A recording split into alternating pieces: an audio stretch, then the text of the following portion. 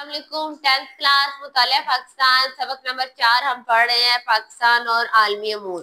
इसका पहला टॉपिक हमने किया था पाकिस्तान की जियोग्राफी और सियासी अहमियत, जिसमें हमने बताया कि हमारे पास कौन से ऐसे रास्ते हैं, शहराएं हैं जिससे हम तजारत करते हैं।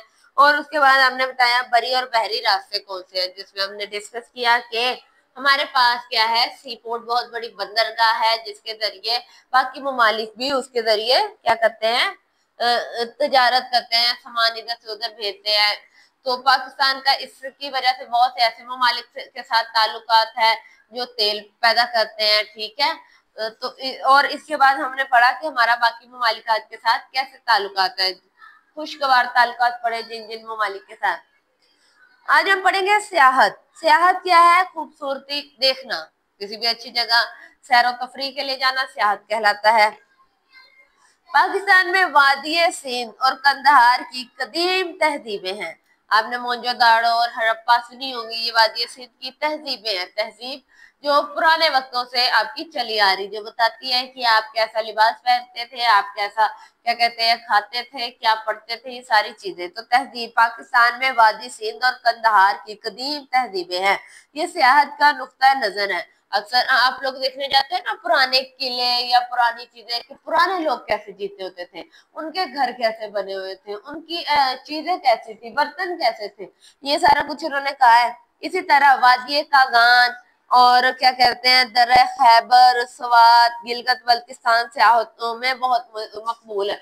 पहाड़ी इलाके हैं, लोग पहाड़ देखने जाते हैं। खुदा ने बहुत ही खूबसूरत दुनिया बनाई है, पाकिस्तान को बहुत खूबसूरती से नवाजा है, ठीक है। तो खुदा की कुदरत को देखने जाते हैं लोग।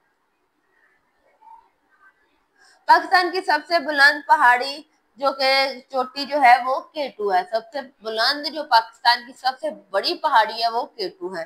कितनी बुलंदी है? इसकी बुलंदी है 8,611 मीटर। ये पूरी दुनिया में बुलंदी के लिहाज से दूसरे नंबर पे आती है। पूरी दुनिया में ये दूसरे नंबर में और पाकिस्तान में ये पहले नंबर पे आती है। ये कोहे पिमा के लिए बहुत दिलचस्पी की हामिल है। पाकिस्तान के दीगर मकबूल सियासी मकामात, दीगर मतलब इसके अलावा मकबूल जो बड़े मशहूर है ऐसे मुकामात जहाँ पे लोग सैर तफरीह के लिए जाते हैं। अक्सर तुम लोग देखते हो कि लोग मरीन, नारान, कगान ऐसी जगह पे पहाड़ी इलाके यहाँ जाते हैं। इसके अलावा क्या है? इसके अलावा बेटे टेक्सला है जो टेक्सटाइल का शहर है, उसमें बहुत सारी उसमें कपड़े बनाने वाली फैक्ट्रियां हैं। उसके अलावा बेटे ये पिशावर, कराची, कोयटा, लाहौर, मरी वगैरह शामिल है। ये सारी पाकिस्तान की खूबसूरत तरीन शहर हैं और जगह है जहाँ पे लोग जाते हैं सैर तफरीह के लिए। वहां जाने से उनके दिल को खुशी मिलती है, आंखों को ठंडक मिलती है और एक दफा वो क्या कहते हैं अपनी एक रोजाना की एक बिजी रूटीन से निकल के अपने आप को थोड़ा क्या कहते हैं अपने माइंड को थोड़ा पीस देते हैं। इस तरह दिमाग रिफ्रेश हो जाता है, ठीक है। एटमी कुव्वत, पाकिस्तान दुनिया की एक ऐसी एटमी कुव्वत है, मुस्लिम ममालिक में इसको इंतहाई तहसीन और एहतराम की निगाह से देखा जाता है। इसे पिछले चैप्टर में हमने डिस्कस किया था कि कैसे नवाज शरीफ के दौरे हुकूमत में उन्होंने बलूचिस्तान में चागी के मुकाम पे क्या कहते हैं 28 मई 1998 को एटमी धमाके किए थे, ठीक है।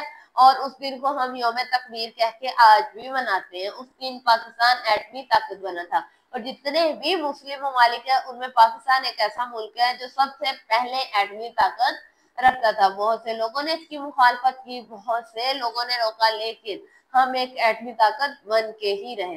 तो पाकिस्तान के पास यह एटमी ताकत है और दुनिया इसे बाकी मुस्लिम ममालिक इसे बड़ी इज्जत की निगाह से देखते हैं। पाकिस्तान का डिफेंस सिस्टम बहुत स्ट्रॉन्ग है, ठीक है।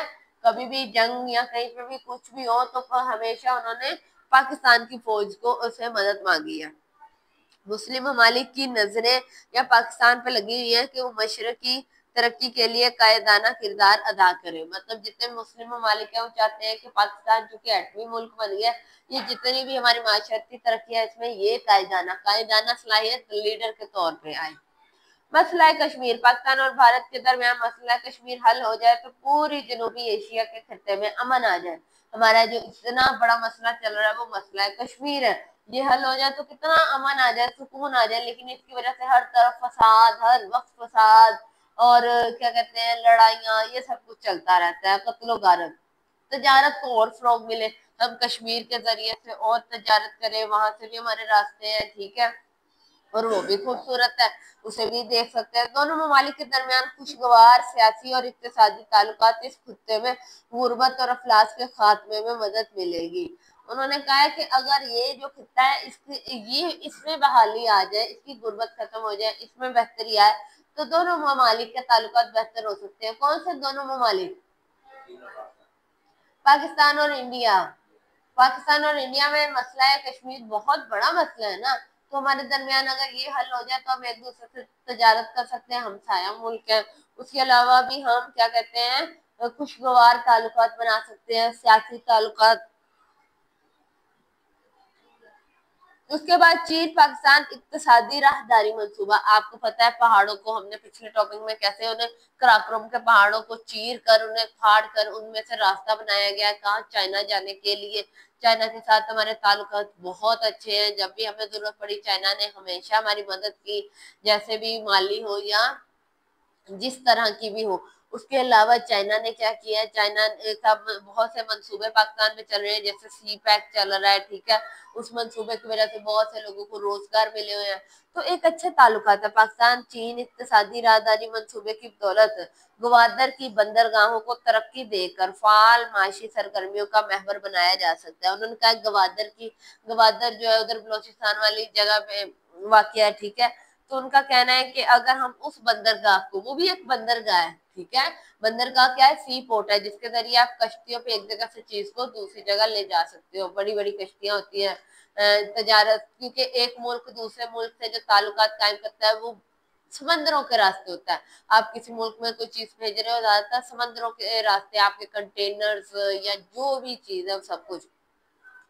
तो अगर हम उस ये मंसूबा हुआ है, हमारे चीन के साथ मंसूबा हुआ है, ये हमारी उस बंदरगाह को बहाल करेगा, उसकी हालत बेहतर करेगा, तरक्की देगा, ऐसे हमें और ज्यादा तरक्की मिलेगी, और ज्यादा हमारी बंदरगाह इस्तेमाल होगी, लोगों को बाकियों को भी हम दे सकते हैं मदद के लिए, जिससे यूरोप, अमेरिका और कई दिगर रास्तों को तजारती आमदोरफ्त गोदाम की बंदरगाह के जरिए से मुमकिन हो जाएगी। इसके जरिए से आप यूरोप, अमेरिका और कई सारे ममालिक से क्या कहते हैं, आपकी आमदोरफ्त ग्वादर की बंदरगाह से मुमकिन होगी। उस बंदरगाह से, मैंने आपको कहा ना कि दुनिया के सारे मुल्क आपस में समंदरों के जरिए मिले हुए हैं, और पाकिस्तान एक ऐसा खुशनसीब मुल्क है जिसके पास समंदर है।